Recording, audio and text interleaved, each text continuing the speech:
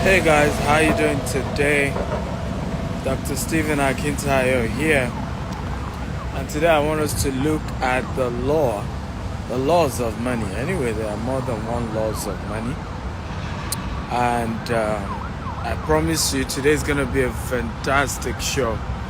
As you're joining me, of course, share this with as many people as you know, your friends, get more people to come. We're going to be learning something really, really powerful. Live from here, Houston. By the way, tomorrow we're launching our 19-acre property estate here. It's called Jasper River Smart Estate. Okay, so if you're anywhere around Texas, don't want to miss it. But today we'll look at the laws of money. Everybody type the laws of money. Come on. I'll be sure you're here and you can hear me very clearly. I want everybody to type the laws of money. Come on, I'm waiting, everyone. I need your energy. Let's go. The laws of money. So first of all, let me say that money is available to everyone that obeys the laws, right? So laws are universal in nature. And one beautiful thing about laws is it doesn't matter, it doesn't answer to religion, race, color. So whoever obeys the law gets the benefit of the law, right? And this world is governed by laws and principles. That's what governs the universe. So whoever obeys the law, whether they are good people or bad people, the law works in their favor as long as they obey the law. I've heard people say to me, Dr. Stephen, how come good people, I've seen good people who are poor? I said, well, the law of money doesn't answer to being good. Maybe going to heaven answers to that. But the law of money does not answer to being good, right? Even if you are the worst human being on earth, if you obey the laws of money, you have as much money as you desire in this world. Does it make sense? If it makes sense, everybody say it makes sense, it makes no sense. I want to be sure you can all hear me and we're good. So let me start by the first law of money. And that law says money answers to value. Okay? Money answers to value. Money answers to value. Everybody type money answers to value. Can everybody type it? Money answers to value. That's the first law of money I'm going to be teaching. Money answers to value. So for many, many years of my life, I just wanted to be rich. I was tired of poverty. I hated the fact that I was born poor. And I wanted success. I wanted wealth. But something strange happened. The more I looked for money, the poorer I got. Okay? And for many, many years, I just really couldn't understand it. Why is it I really wanted to be rich, but I kept getting poor? The more I chased money, the poorer I got. And it took me years of reading books on money and attending seminars on money to finally get the secret. Money does not answer to those who chase it. Money only answers to value. In fact, money itself is chasing something. That's why they call it currency. Everybody say currency. Currency is from the word current. So, money is always chasing, okay, value. So, money is on the move. And what happened when money begins to chase you? I hope you know. Some people are chasing money, and then there are some of us, money is chasing us. How many of you know that some of us, people like Stephen Akintayo, it is money that is chasing us? If you know, by the way, type I know. If you don't know, type I don't know. Okay? While a lot of people are chasing money, there are some of us like Stephen Akintayo, money is the one chasing us. Right? And simply, how does money begin to chase you? you put yourself in the line of value. You start chasing value, and money naturally will start chasing you. It's just the way it works. Okay? The day you begin to prioritize value is the day money will prioritize you. Come on, I love that. This is good. The day you begin to prioritize value is the day money begins to prioritize you. It's as simple as ABC. Right now, okay, I'm on a project of almost 200 million. The first project is about $150 million. The second one is one we're launching tomorrow. It's between 40 to 50 million dollars. Right? We're going to be building over 60 single family homes, right? Ranging from 600 to $1 million. Now, by the time we're done, the one we're going to be putting in between 40 to 50 million will be worth $100 million when we're done building the estate. It will practically worth $100 million when we're done. Now, so if you see me 3 years from now, and then I'm doing a video like this, and I'm showing you my estate, and I say, oh, I built this estate, okay, and this estate is worth $100 million. Now, you probably will look at me again, and then look at me again, and say, this man is a lucky man, right? He's just so lucky. How does a black man come to America, an immigrant, and then build $100 million estate? Okay? The man chased value, that's why. Okay? He decided to chase value. What is the value? We're going to be building houses for people. But we're not just building any type of house. We're making it green. We're making it smart. In other words, you don't need to connect to national grid. We're giving you solar. We're giving you wind energy.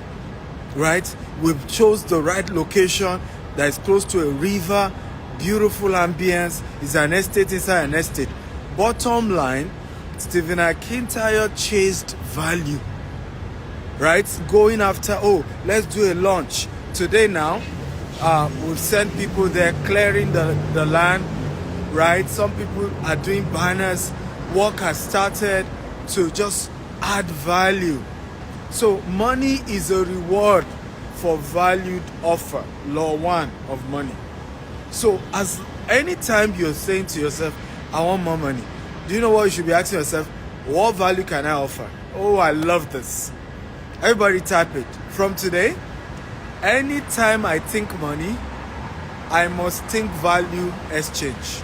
Come on, everybody type it quickly. I want all of you to type it right now. Anytime I'm thinking money, I must think value exchange. What this simply means that every time I'm thinking of how do I make more money? Okay? I want to be rich.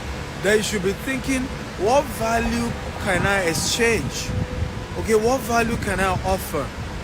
Okay, what can I give so that I can get this money that I desire? Right? Anytime you're thinking, oh, I want to get this, I want to buy this, I want this, just keep asking yourself, what value can I exchange? And since I started thinking like this, my life changed totally. That was the end of poverty for Stephen Akintayo. The year I made up my mind to say, oh, I get it. Money answers to value. And so anytime I need money, I just need to think value exchange. What value is equivalent to the amount of money I need? So what is this telling you? Stephen Akintayo on a project has created value worth $100 million. And I encourage all of you tomorrow, don't miss it. Send me a DM. I'll send you the address. It's free to attend. Come for the launch of our Jasper River Smart Estates, Richmond, Texas. Right? It's tomorrow in Richmond. And you're going to see it. And I think it will be so practical for you to understand what we're talking about. Anytime you're thinking money, you must think exchange. That's number 1 law of value. Are you ready for number 2? Law of money. Come on, if you're ready for number 2, type I'm ready, I'm ready. Number 2 law of money. Number two. So number one, value exchange. Okay? Number one, value exchange. Once you offer value, you are guaranteed to get money in exchange as long as you offer value. Number two, okay? Are we ready? Oh, okay. Number two laws of money is that money is meant to work for you and not you working for money. And simply what this says is that as long as you continue to work for money, you will lack it. Okay? I think it'll be good. As long as you continue to work for money, you will lack it. Until the day money begins to work for you. So there are two ways to make money actually. Number one, you can decide to work for money, and typically money comes in that is a way to just manage life. Work for money. Okay? Nobody that is rich in the world today works for money. Let me say that again. All the richest people in the world, all, not some, okay? None of them work for money. I'll say it again. All the richest people in the world, none of them work for money. Rather, money work for them. Okay? So, the law, number two law of money is that if you work for money, you lack it. If money work for you, you have it in excess. If you work for money, you lack it. If money work for you, you have it in excess. So what does this simply mean? It just simply means there are two ways to make money: passive income and active income. Everybody type passive income, active income. Everybody, come on, you can turn into a song. Passive income, active income, passive income, active income, passive income. Passive income, ni more like, yeah. So passive income, active income. Everybody write it down. Passive income, active income. And this will help you to understand the concept of working for money versus what money working for you. So if you earn active income, you are working for money. Okay?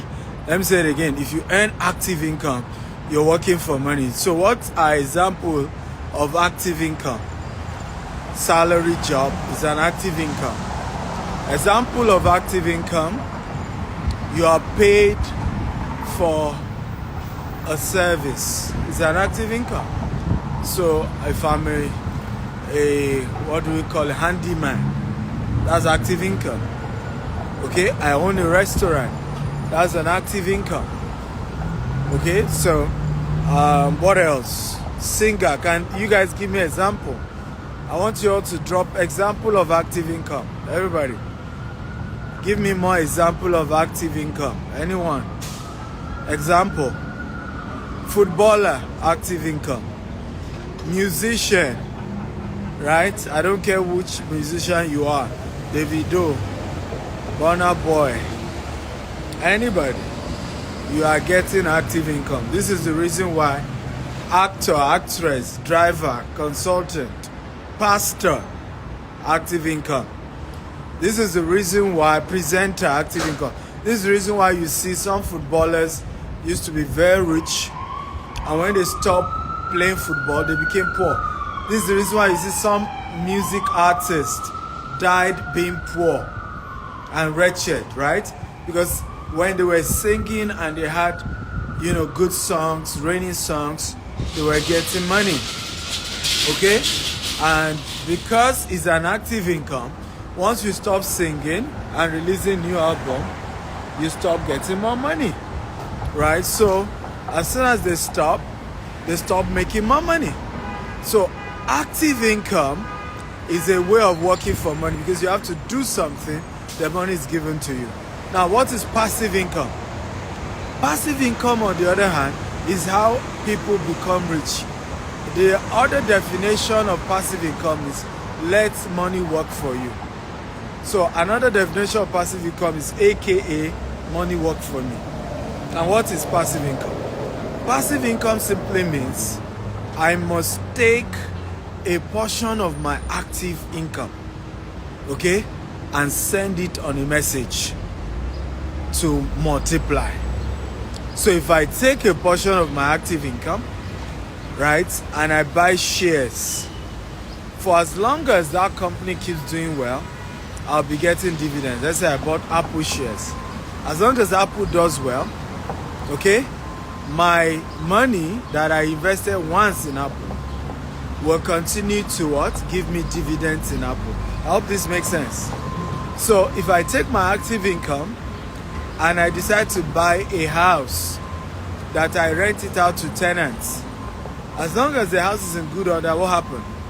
My tenants begin to pay me, and I keep making money from my tenants. Are we learning? Okay, come on, if you are learning, tap, I'm learning. So if I take money from my active income and I decide to buy crypto or trade forex, right? As long as I'm good in trading, or I get a reliable, trusted company to trade for me, what happened? Without having to put in more time, I am generating more money for myself. I hope we are learning, guys. If you're learning, tap, I'm learning. Now, if I decide also to start a company, okay, and that's why there's a difference between entertainment and the business of entertainment. So you could be an actor, and that's the difference. I'll give you an example. Can you give me a name of a broke actor? Can anybody give me the name of a broke actor? Anyone? Give me a name of a broke actor. Used to be rich, became broke. I think I would do Wesley Snipes. I don't know if you know Wesley Snipes. It's an African American actor, Wesley Snipes. If you know him, type I know him. I think Wesley Snipes went to jail for failing to pay tax or something, right? Right? I think so. So Wesley Snipes is a practical example of an actor who literally almost became broke, because now he couldn't pay taxes, he couldn't raise the money to pay his taxes, and had to go and serve in jail.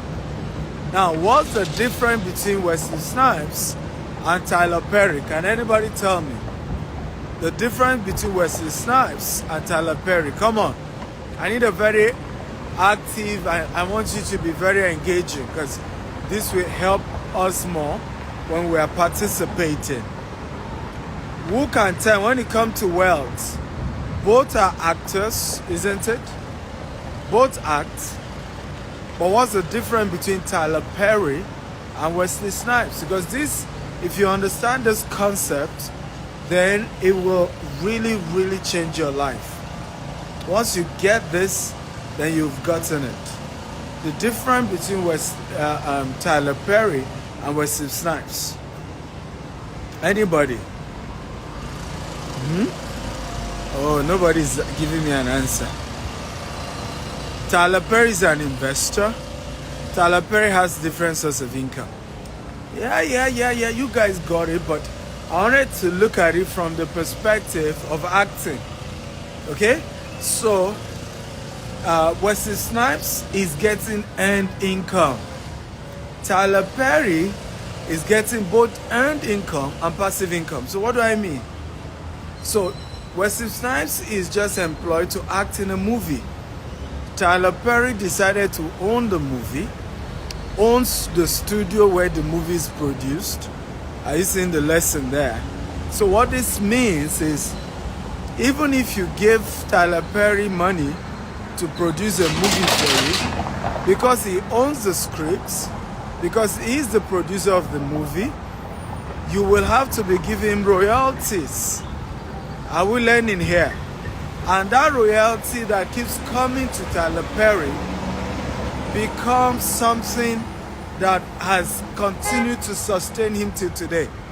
So I was at an event a couple of weeks ago, and Tyler Perry was the one of the speakers. And you need to hear this. So Tyler Perry said, when he started all this Madea stage play, right? He would go to different cities, rent their theater, and he would perform all this is Madea series. But at some point, he decided to do a movie, right? Turned the Madea to a movie, and was able to convince some cinemas to allow him do the movies and, you know, turn it into a movie. And they told him, your movie ain't gonna work. Okay? It's not gonna work. And one of the things he told them, I said, okay, you know what? Let's do this. Don't pay me up front. Just invest and let's get the show on. Right? And let me be getting royalties, you know, on, you know, that's royalties. And I think he even asked them, what do you think the movie can do? And they told him, oh, well, your kind of movie, if it does $10 million, that's a good one. Well, ladies and gentlemen, the movie eventually, I think, did over $100 million. Are we learning here? And in fact, the reason they gave him more shares, more equity, was because they believed it wasn't going to work. So it was like, well, if you want to take 30%, take it. Well, we're not even sure this thing was going to work anyway. So we give it to you. At the end of the day, the movie did well. The same thing happened to Arnold Schwarzenegger. Arnold Schwarzenegger was into Terminator, became so famous, so that we all learn here. But unlike many other actors, I mean, if you know Sylvester Stallone. Okay? So let's do a comparison. Sylvester Stallone versus Arnold Schwarzenegger, so that you also get this. I just want this to sink in. You are going to be very rich once you understand the concept of active income and passive income. Once you get it, then you are rich for life. Right? So Sylvester Stallone owned the concept of Rambo. He wrote the script. Eventually got people to do this stuff for him. And then we have Arnold Schwarzenegger. Two different people. But hear this. Arnold Schwarzenegger was already a millionaire before he was already a millionaire before he even started acting. So how did he become a millionaire? He bought real estate. He was buying real estate. He used to work, and then from the money he was making, he started buying rental real estate. Buy it, keep it for a few years, sell it later. And so he became a millionaire from just selling real estate and paying his taxes. However, because he had understood the concept of passive income through the real estate business he was doing, after he made it big from Terminator, it wasn't his movie, he was just paid to act it, and he was so good at it. He then met some of these producers and said, you know what, I want to do a comedy movie. And they all started laughing. Like, Arnold, nobody will watch you as a comedian, right? You're too rigid. You are good with action movies. You're good with movies where you flex muscle. Why will anybody want to watch you, okay, act a comedy, funny movie? Nobody will watch it. So they went back and forth. They said, we're not going to waste our money. So at some point, they said, okay, you know what? Don't pay me, right, for the movie. Since you guys think it won't work, I will act for free. However, I want a percentage. I think he said he wanted 30% of whatever profits the movie does. Okay, but they shouldn't pay him up front. Then they looked at him and said, oh, oh, you think we're a fool? Let's sign it. Right? Since you're not going to get any money up front, well, let's sign. And they were excited to sign him. And that they will give him 30% of the money. But he will not get anything. So Arnold Schwarzenegger acted his first comedy film for free without being paid anything up front. Are we learning here? Passive income, active income. So let's quickly get it now. Which is the passive income here and which is the active income? If you had been paid to act, will that be a passive income or will that be an active income? Now, agreeing to say that they should give him 30% of whatever profit comes from the movie, will that be an active income or a passive income? Come on. I need your answer, guys. Come on, I need your energy. So, in this story I just told you, which is the passive income, which is the active income? I just want to be sure you guys get it. So, if he was to be paid for acting that comedy movie, would that be an active income or would that be a passive income? Okay? And then, for him to be getting a percentage, 30% from the profit of the movie, will that be a passive income or active? Okay, good. I have smart audience here. Oh, you guys are smart. So if he had been paid upfront, that would have been an active income. So agreeing to be paid, right, 30% from the profits, that was the passive income. Okay? And at the end of the day, guess what? The movie did so well. Did hundreds of millions of dollars. And Arnold Schwarzenegger became richer. Until tomorrow, if you ever do anything with that movie, you use a part of that movie to do an advert, and then you pay for it, Arnold Schwarzenegger is entitled to what? 30% of whatever you pay. So till the world ends, he's still going to be earning from those comedy movies that he did based on a percentage. Are we learning, guys? So a lot of us as people of color, part of why many of us are poor is that we have been used to this mindset. Pay me up front. Pay me up front. Pay me up front. I want my money today. I want to eat it now. I don't want it into the future. I'm quite smart. What if it doesn't work? What if it fails? I'm currently working on a project with a group of 4 investors. I'm just laughing that I'm gonna be making this guy bloody rich, right? Because each of them put in less than $100,000 into this particular real estate project, right? And then we'll together go ahead again and raise some more money. However, we'll finish that project with about 40 to 50 million. But once we're done with the project will be worth $100 million. Hear this. None of these 5 people will make less than $2 million from a project that they put in just $100,000. None of them. But guess what they've decided to do? They've decided to go for what? Passive income. To say, I want to earn from the profit. Now hear this, and this is very, very powerful. And you should write this down. Poor people are paid per job or per hour. Rich people are paid for results. Let me say that again. Poor people are paid per job or per hour. Rich people are paid for results. Zina Glam, hold on. I'm going to be taking questions later. So don't ask questions yet. Let me finish the thoughts. Then I'll take your question. So, poor people want to be paid right now. Everybody write it. Poor people are paid for their time, or they are paid instantly, right? Meanwhile, rich people are paid for results. So, in each real estate deal that I do, okay, what's happening?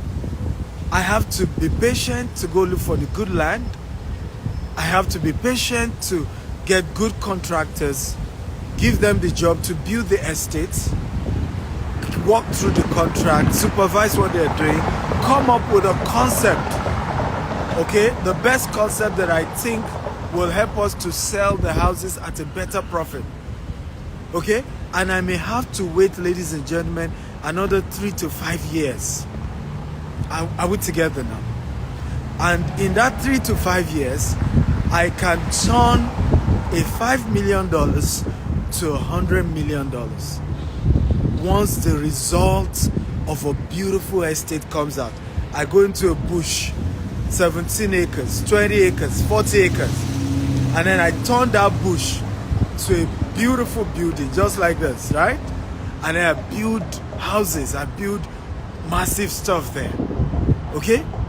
When the whole thing was a bush, nobody cares. But once I'm done, after 3 to 5 years, ladies and gentlemen, I make so much money. So poor people are paid right now. I'm doing the job for you, pay me for my job, and I'm gone. But rich people, true rich people, are paid for result. And result takes time, isn't it? Come on, are we learning? The laws of money. Result ultimately takes time. But if you don't see into the long term and be patient, and that is how Rambo movie made billions of dollars, the entire Rambo franchise. But guess what? Sylvester Stallone was not paid any passive income. He was only paid up front. Even though he owns the script, he owns the movie. He was the owner of the idea. But he didn't make. Till today, Sylvester Stallone hate talking about Rambo. And why he hated it was because the movie went on to make so much money. So much money. The producers and all of them were stinkingly rich from that movie. And he only earned active income. May we not fall victim of such. Can I get an amen? Where people will make billions from your ideas. And because you don't even understand the law of passive income, all you will get from the idea was the active income. And the people who are smart from your own idea will make passive income. Money that will keep coming. And till tomorrow, Sylvester Stallone that wrote Rambo is still not getting royalties from Rambo movie till tomorrow. And the guys who didn't come up with the idea, who didn't own it, are constantly making a kill every year from that movie franchise, even years afterwards. So you see why this subject is very important. You see why you must not break the law of money, because if you break it, you're going to suffer for it. So again, the law of money number 2 says that what? Says what? Can anybody guess what's the law of money number 2 that we talked about? I want to be sure you guys are listening and that you're learning from this. What is the law of money number 2? Anyone? Law of money number 2. Anyone? Come on, talk to me. Law of money number 2. I'm waiting. Who is here? Money should work for you and not you work for money. Absolutely. Money should work for you and not you work for money. That is the law of money number 2. AKA, focus on passive income more than earned income. I still sit in conversations, and I see people fantasize over earned income. I'm going to do this. Dr. Steven, I'll make $1 million. And in my mind, I'm saying, what exactly can be the passive income in this thing? Can you focus on the potential passive income more than the current earned income? So for me, it's still my biggest secret today. Any business I'm doing will not just make me money in the now, but will make me money into the future. How many of you are aware that this video I'm giving you for free, videos like this will still make me millions of dollars in future? If you know, type I know. If you don't know, type I don't know. Right? You are lucky to get it for free. And this is what happened to people like Dale Carnegie. Right? When Dale Carnegie wrote some of those books, Think on How to Make a Friend, when Think and Grow Rich, all of these guys, when they did those movies and those books, they were not really that much. There wasn't much money to it. But after many of them were dead, okay, what their works were now highly sought after. The world now needed those stuff, right? Eventually, those books sold millions after the authors were dead. Look at The Greatest Salesman That Ever Lived by Odman Dingo. Powerful book. One of the most powerful books you can read. Many of these books didn't do well when they were alive. but he did so much. And that's what we're talking about, passive income. You must think of things you can birth today that will continue to generate and generate and generate and generate years after you're long gone. Your children's children will be kissing your picture and saying, "Mwah! God bless great grandpa Stephen Akintayo." Okay? Because this family earns at least $10 million every month from just his content alone, from just royalties from his books, his videos. God bless great grandpapa Stephen Akintayo. We love him, right? He made our own life better because he had foresight to create sources of passive income. Are we ready for number 3? If we're ready for number 3, tap "I'm ready." So I'll take number 3 and then we'll take questions and we'll wrap up. I will take part 2 of this at a later time, right? I'll take part 2 of this at a later time. Don't forget, tomorrow we're doing the launch of our estate here in Houston, Richmond. So if you can come, it's gonna be great.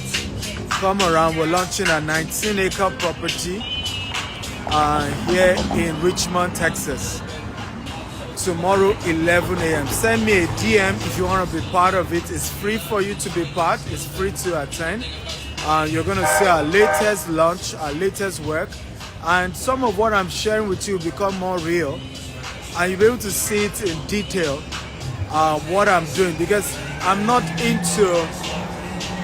I don't believe in just talking, right? I believe in showing. And I think some of what I've been sharing will become very practical when you come tomorrow and see the estate we're launching. And you can see the big picture that I have behind these estates that we're doing, okay? And this will help you in a great way. Number 3, laws of money. Okay, so number 1, law of money. Okay, money answers to value. Okay, money answers to value. Number 2, law of money. Right, number 2, law of money. Okay, money, only those who make money work for them earn more of it. Okay, you earn more money if you allow money work for you. Okay, and you earn less money if you work for money. That's number 2. So number 2 simply just says, rather than focus on working for money, focus more on money working for you. Number 3, law of money. Okay, money only answers to good managers. Okay, so in other words, more money comes to those who manage it well. So number 2, law of money is that money will punish you if you mismanage it. And another way to put this is that only those who invest, only those who manage their earned income and turn it to a passive income ultimately become rich. Right? Let me say it again. Only those who invest their earned income see their earned income as a seed that needs to be planted, okay, to become a passive income, become rich. So what do I mean? A lot of the rich people in the world only spend the second, the third, the fourth generation of their money. They don't spend the first generation. And I'll break it down further, right? So if you are, let's say, a public speaker like me, I charge $20,000 to speak at events. So let's say you're a public speaker like me, and then they pay you $20,000 to speak. Right? Isn't that cool money? Now, if you decide to blow the entire 20,000, money will punish you in such a way that you will not earn more of such money again.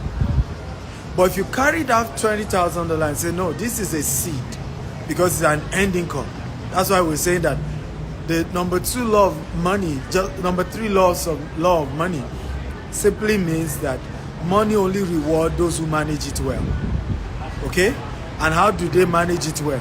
they turn the earned income into a seed or into a passive income. So if I take the $20,000 and I decide to buy, I'm just giving an example, a piece of land somewhere, and I leave that land for 10 years, and I go back, I say, I want to sell my land. And they say, well, your land is now worth $250,000. Do you see now? What happened? I have managed money well. So managing money well is not just about, oh, don't spend money. Well, sometimes you need to really spend money. Managing money well simply means you must turn your earned income into a passive income. Are we learning here? Come on, if you're learning, type, I'm learning. I need your energy. Talk to me. Are you learning? Is this helpful? So you must see that first income as a seed that must be converted to what? To a passive income. And that's the definition of managing money well. Those who do this will have a lot, much money in their lifetime. Okay? Will end their life full of so much money, more than they can live, more than they can spend in their entire life. Okay? But those who decide to say, you know what, I need to live good, I've gotten this money, we need to spend it, right? And they don't convert the earned income into passive income. Those are the people who live the rest of their life full of regret, full of pain. And I think this is where a lot of people miss it. I remember a story of a man who was telling his son, and I want you to write this word down: make time work for you. Everybody type, make time work for you. Can we all write it? Make time work for you. Everybody type, make money work for you. Right? Make money work for you. Come on, I'm waiting for all of us to type it. So this story was that of a man who was working in an organization, and he was the highest earner. This was in a particular church. He was earning the most of everybody in that church. Everybody respected him, right? This is like somebody who currently earns, I'm just giving an equivalent of, because this happens in the 70s. But let's just put it in the context of these days. Like you earning $2 million a year. Wouldn't everybody respect you? Can you imagine your salary being $2 million a year? Now, in the same church was another man whose salary was just $100,000 a year. No, sorry, was $50,000 a year. So one person was earning $2 million a year. Another person was earning $50,000 a year. But the $2 million a year guy remained a professional, never invested his money. He was living big life. The guy earning $50,000, this is a true story, by the way. The two of them are alive. The guy earning $50,000 decided to become an entrepreneur. And then from the little money he was making from all this entrepreneurship, he would do investments, he would do a couple of stuff and all of that. Today, true story, ladies and gentlemen, true story, right? The one who used to earn $50,000 a year but converted it into a source of passive income, today sits on a company that is worth over $50 billion.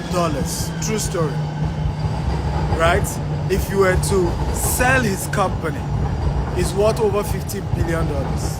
Meanwhile, the other person who was earning $2 million, okay, is retired.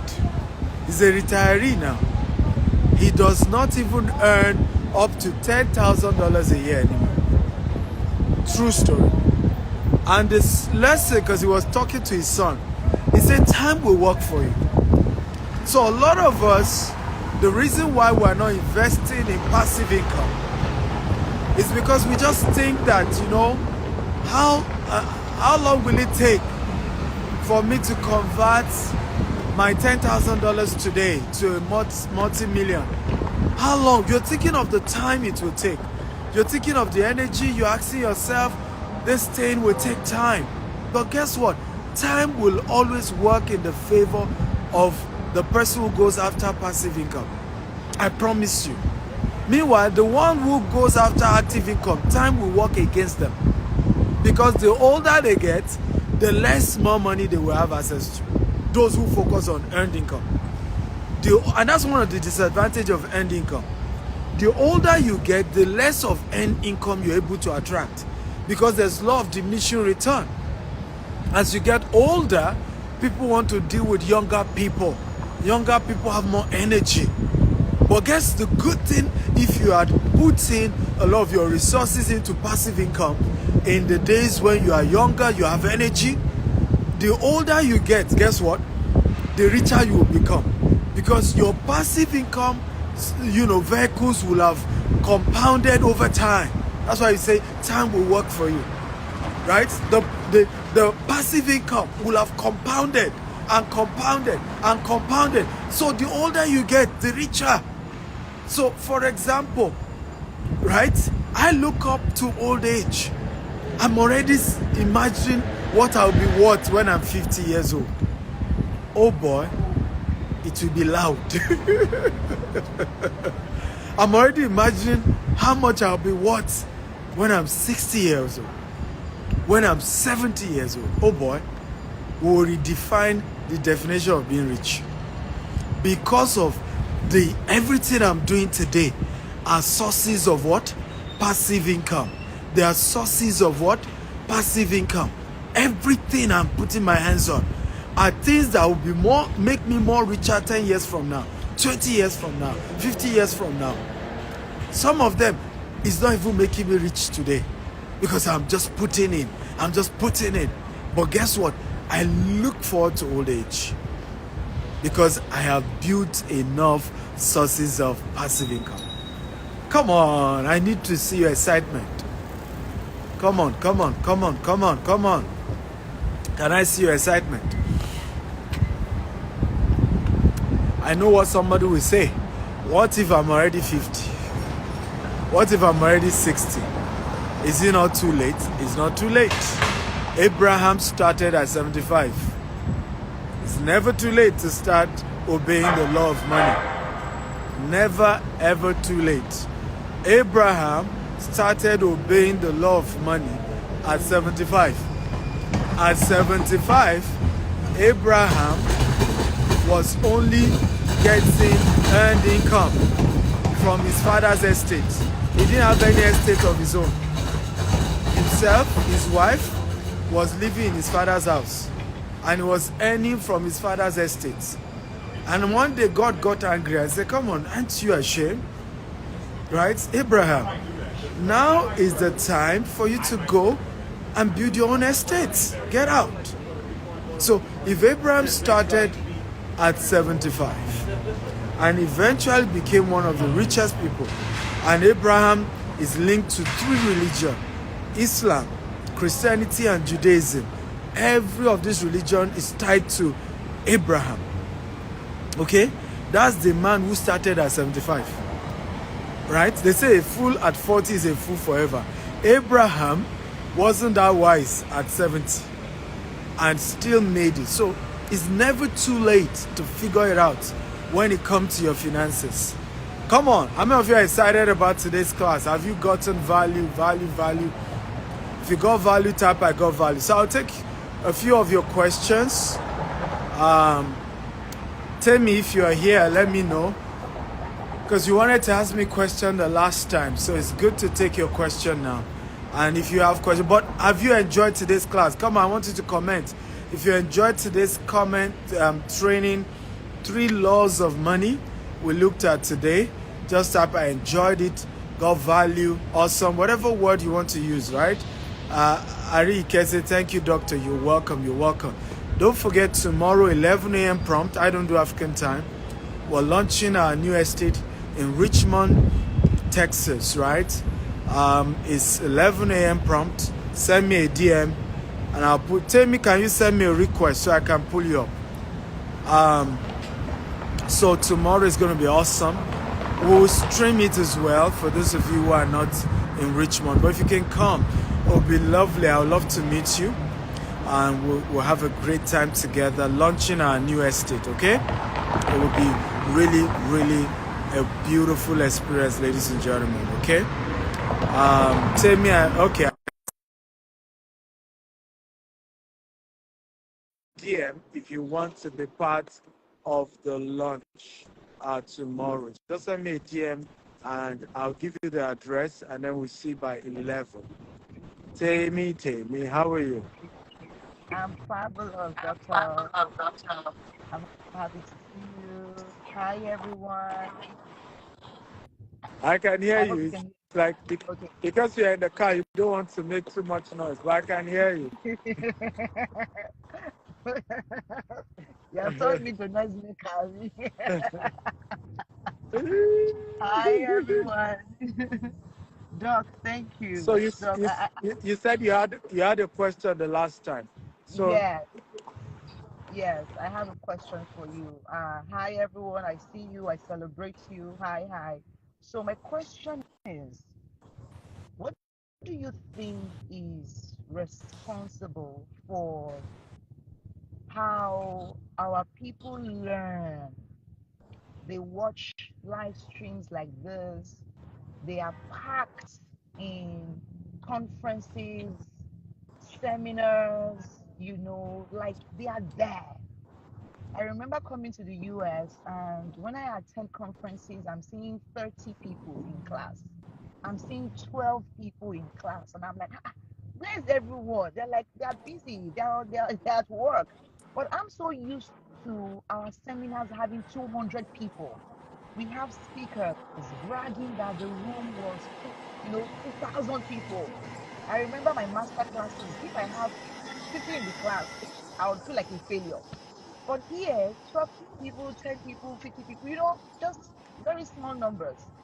And so I'm wondering, all those people who are packed in these seminars, what is the disconnect you have noticed between that knowledge and the results they have? Because they say knowledge is power. Look at us, we are over 80 people on this live stream. Yet, the results we are getting, that I see people get, is so ridiculous. You would wonder, what is the problem? So my question is, what have you noticed to be the cause for the disconnect between knowledge and results for most people? Can you speak to that, please?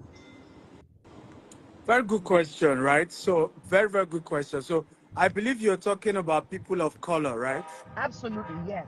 That's us. Yeah. So for people of color, so in life there are two forces, right? Good, bad, um, positive, negative, right? Blessing and curses. So you have the yin yang, right? The Japanese call it the yin yang, Mhm. and and and what often happen is that an average person of color already has a tons and loads of negative, Mm. loads and loads of negative. If I will break it for you in this story, because I think that's just the easiest way. Okay. Tyler Perry worked his life from being homeless, right, to finally making his first $750,000. But guess what? He ended that year being so broke and was owing IRS and couldn't pay his taxes. Mm. The next year, he made, I think, $2 million. Same thing happened. The third year, Tammy, he made $7 million.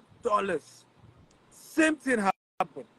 Until he finally figured it out and said, enough, I think it's okay for me to help myself first, right? It's okay for me to get to the topmost top first Mm. before I can help anybody else. Because why was he constantly in trouble? All the money was making, people were blackmailing him Emotional blackmail. emotionally into giving it all away, right? He literally felt guilty having so much money and then was living in so much poverty. Everybody around him, his neighbors, those he lived with, his friends, everybody was struggling. So many of us, we really want to be wealthy, want to be rich, but everything around us is anti our beliefs. Even when we eventually struggle to get something, we're still surrounded again by all. So at some point, it sucks all those success out of you. So you come for a seminar and then you are so inspired, but then you Right. go back to a negative voice. Now, who said more? The seminar maybe was, let's say, it was even 5 hours, Mm, right? mm, In the next 24 hours, you spend more time with your spouse. And all that right. 5 hour positivity is already taken out, Sucked out of you.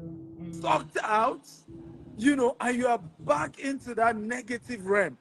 And this Wow. is the reason why a lot of those who crack this code, Mm, spend regular time alone. Alone. mm. Oftentimes, those who are close to me, where are you? I'm alone. What are you doing alone? Like, why do you enjoy being alone? But that's the time I'm able to catch my breath, digest, and craft the vision I desire. Because many of the people I knew growing up never, even when I tell them my dreams, they just burst into laughter. You must be a joker, right? How dare you even dream Dream. this big? How dare you? I remember when my friend visiting the Richmond site yesterday, and all he was just shouting, "How do you get something like this? How do you dare something like this?" I mean, all he kept saying, "How do?" Oh, I mean, he was saying from a positive perspective, being a good friend. But you can imagine how many other people are just pissed off with me for being ambitious. Stupid guy. What's Mm, wrong with him? Does he think America is Africa? How dare him dream big? How dare him try big projects? Right? Does he feel he's better than us? That So, is what we are battling with as i- people of color. if I hear you well, you're saying the first thing you would attribute the gap between Yeah. knowledge Mm-hmm. and results is Mm-hmm. environment, Yeah. the people who surround you, Yeah. because they can literally suck out all the positivity, all the dreams, all the ambitions you Yeah. have, Yeah. Yeah. suck it out of you, that you lose focus, you lose Yeah. vision, and then it makes a mockery of what you know. Even the speaker you are praising, they will tell you his history. How about that? Mm, Like if you mm, like if you go and say, "Oh, Grant Cardone said this," I say, "Let me show you how many 10 negative reviews about Grant Cardone." mm, You want it to be deceiving you like all those other guys is been scamming, right? right. So suddenly you begin to have doubts about what you even learned from the so-called speaker, Mm, mm, right? And mm, it's for all of us. Sometimes I remember for me, my first deliverance came from my spiritual mentor.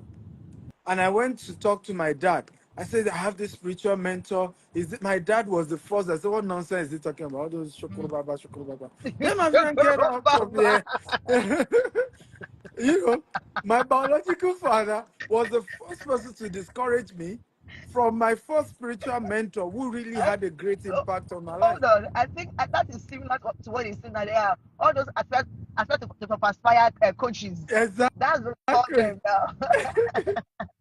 Right? So just get out of here. So Aspire. we as people of color, we are, surrounded by so many people who are mentally, emotionally far from those dreams and aspirations. That's I mean, if you're a white person, for example, average white family, average, not all, is either second generation middle class, third generation middle class, or sometimes second generation wealth, class.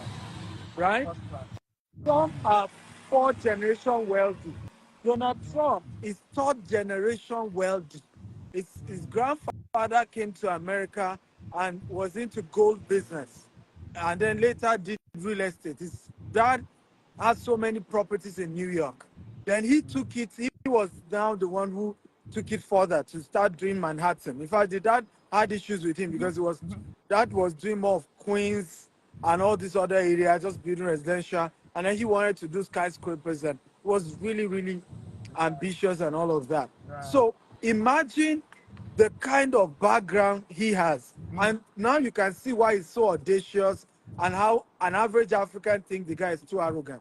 Because all he's ever seen and known is possibilities, Daring big things. right? Right. But what Right. you and I have always known as people of color is impossibility. In fact, almost every dream, the next answer you hear is, it can't be done.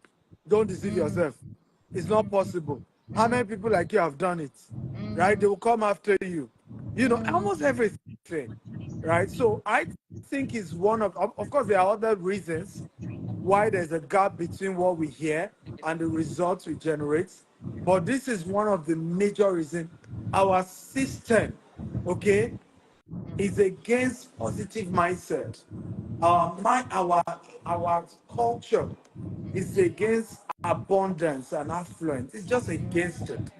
You know, and everybody around you will discourage you and tell you, stop that nonsense. Wake up from your From your your fantasy. Be realistic, right? You know, in fact, if you've not heard this word from your friends and your loved ones, then you are not dreaming enough. And the word is simply the way you are going, you will soon be a scammer. The Yoruba word for this is that Moshe Law Yoshima Jami. If you've not heard this from your family members, right? If you have not heard this from your family members or your friend, you are not dreaming big enough. Right? You are not dreaming big enough. But you are dreaming Yes, big please stay in your enough. lounge. Please stay in your Yeah? lounge, please. Okay. Okay. I love it. I love What did you say? I mean, stay back in your lounge so that you don't lose network. We're Yeah, breaking up. I'm up already. Okay. Yeah. Oh, okay. Okay. I was hoping So, to catch you in the lounge. okay. So, do you understand? So Yeah. typically that is really the thing. Everybody around you is just gonna tell you that, hey, I remember somebody was sharing with me. This is a multi-billionaire in dollars. This man has been doing $20 billion in oil business as far back as over 10 years ago. And he was telling me his own story. He said he was telling one of his family members that one day I'll be loading vessels with oil and I'll be bringing them to Nigeria. He said, and the family member looked at him again and said, the way you are going, you'll soon be a thief. He said, who in our lineage, do you know what a vessel is? Who in our lineage has ever done something like that? Like, what is making you? Are you high? Are you smoking something? Are you drinking something? Like vessel. And he said to me, he said, Dr. Stevie, you know what's funny today? I can't even count how many vessels I've brought to Nigeria. I've brought hundreds. Hundreds. Meanwhile, I was telling him I would bring maybe one or two, and the guy was freaking out. You are bringing one or two vessels. As you are going, you soon steal. You soon steal as you are going. Wow, thank you so much for sharing that. Somebody is asking that how can they break free from such a limitation? And that's just like the next thing I was going to ask you, because my question would have been, what is the biggest thing causing the gap between what we know and the results? And you've just taken time to really highlight it. And now my question would be, how do you recommend that we come out of that kind of limitation? How do we get better? How do we at least leave that stage so that our results can begin to look like what we know? Okay. Well, I think first thing is you have to acknowledge the fact that you might temporarily need to leave your loved ones. It's unfortunate I'm saying this. And when I say temporarily, it means that mentally now, not necessarily physically, you Mm. will need to have a phase, and sometimes physically anyway, you will need to have a phase of your life where you practically will have to disconnect with majority of the people you've known, just to reduce their influence in your life until you have gotten results in these things you're talking about. And then So at that point, hold that thought. eh? Yes, hold that thought. Yes. So when I also teach this to my women, they say, what if the person is your spouse? So before somebody Yeah, brings, kindly there address are that quickly. good question. There are ways to disconnect mentally and not disconnect in reality. People, Deeper this sinner. people, How I you can doing? share. Right? There are ways to disconnect mentally, right? For example, you can choose a room in your house as your office room, and you spend a good number of time there. And of course, seek the permission of the person to just give you that space. So it doesn't have to be. I mean, I keep saying it today. My wife It's not fight. today, It's not people, quarrel. yeah, it's not correct. When I see you have to be. I mean, you're married. There's nothing you can do. Mm. When I got married, my business immediately collapsed. Hmm. I keep telling people this because they can't believe it now because my wife is so much involved in business and she's also involved in the business I do that people can't believe. In fact, a lot of men now use my wife to be, can't my wife be like your wife? And I'm like, That's don't true. compare. You don't know where she started from. Mm. At some point, my wife told me, Oni, go and get a job. Because this Mm. since your business has collapsed and you're just sitting at home and nothing is working and you couldn't renew your office, go and Mm. get a job. Right? Mm. My wife had to tell me that. I Mm. had to use a lot of emotional intelligence to beg her that things will get better. I mean, for a good numbers of years, my wife wasn't really interested in this business thing. I say I'm Mm. doing, right? It was when the results started coming that, My husband oh, too. I have to you say know, that so that it doesn't. I remember my husband too. He would always talk. You are always on your phone. It was an issue with my parents. They had to settle quarrel. Until see, I am working on this phone. There was a particular night that you say that did not happen. My husband snatched my phone from me and threw the phone away to the on the ground. The phone literally split. Techno phone, the cover, went one way. The battery came out because it was late. I was on the phone. But the moment I began to bring in like 100K, 200K per ah, month, the best supporter. which was more than what he was earning as salary then. Yeah. Oh my God. Now, in fact, he will hold the phone for me while I'm pressing it at night. So I can relate to what you are saying. Please go on. And for me too, that was exactly what happened because I mean at the beginning I remember Okay. she also had Thank friends who will now be telling her you. stuff like you know Thank my husband used to cook, my husband used to wash clothes, you. my husband just wash is so romantic, he even washed my pants. Now, And so so one that's day my my husband. wife came and she started telling me this story of one of our friends. So me and the lady's husband are friends.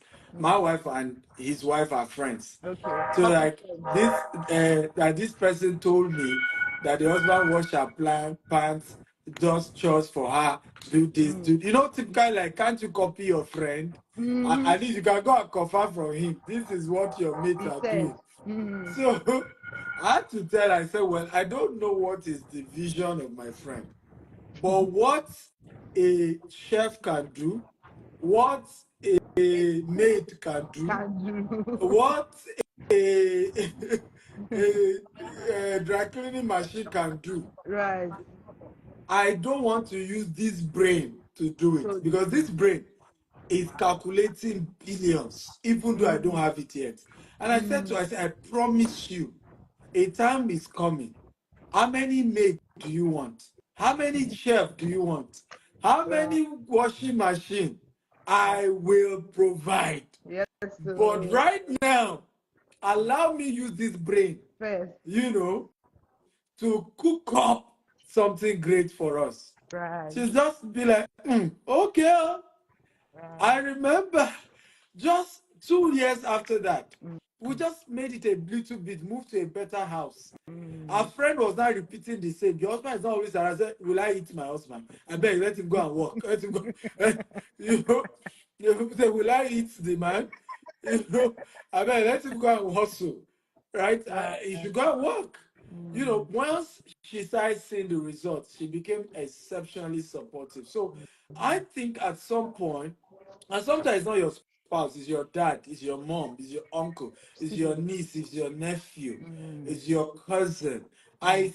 I've seen people tell me who literally abandon their business because their mother is sick.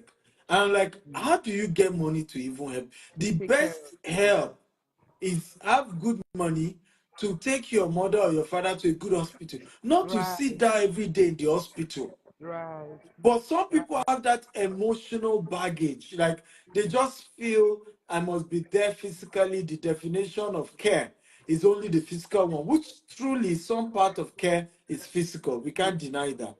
But it's not all. You're not a doctor. Doctor. Exactly. You're not a doctor. And so your presence will not heal that person.